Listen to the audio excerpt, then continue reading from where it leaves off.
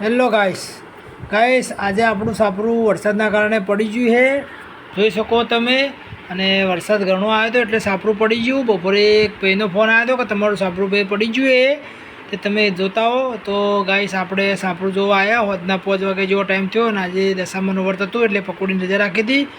જો હું તમને અંદર જઈને બતાવું હવે, કારણ કે ધોબલા હતા આપણા ટેકા તે ઊંધેના કારણે હળી ગયા હતા, એના કારણે ધાબલું આપણું આખું સાપરું નીચે આવી ગયું અને ધોબલા બટાઈ જાય અને વજનના કારણે આખા ધોબલા બટાય અને સાપરું નીચે આવી ગયું, જોઈ શકો તમે।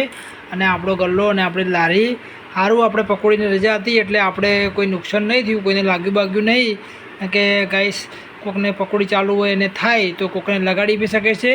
અને જુઓ ગાઈસ આપણું સાપરું પડી ગયું છે। ગાઈસ જુઓ હવે આપણે સાપરું ઊભું કરી દીધું છે અને ઊંધેના કારણે ટેકા હળી જતા એટલે આપણે ચારો બધી પાઇપો લાવી દીધી અને પાઇપો મારી અને 2 નવા ટેકા મારી સાપરું ઊભું કરી દીધું છે, જોઈ શકો। કારણ કે સાપરાનું વજન ખૂબ હતું એટલે એના કારણે ઊંધેના ટેકાના કારણે સાપરાના નીચે હળી ગયું એટલે ટેકા પડી ગયા અને એના કારણે આખું સાપરું નીચે આવી ગયું। અને ગાઈ જો ચાલુ વરસાદમાં આપણે કામ કરી રહ્યા હો અને જોઈ શકો કે બહાર વરસાદ બી ખૂબ આવે છે અને પાણી બી કેટલું ચાલુ હોય જોઈ શકો તમે।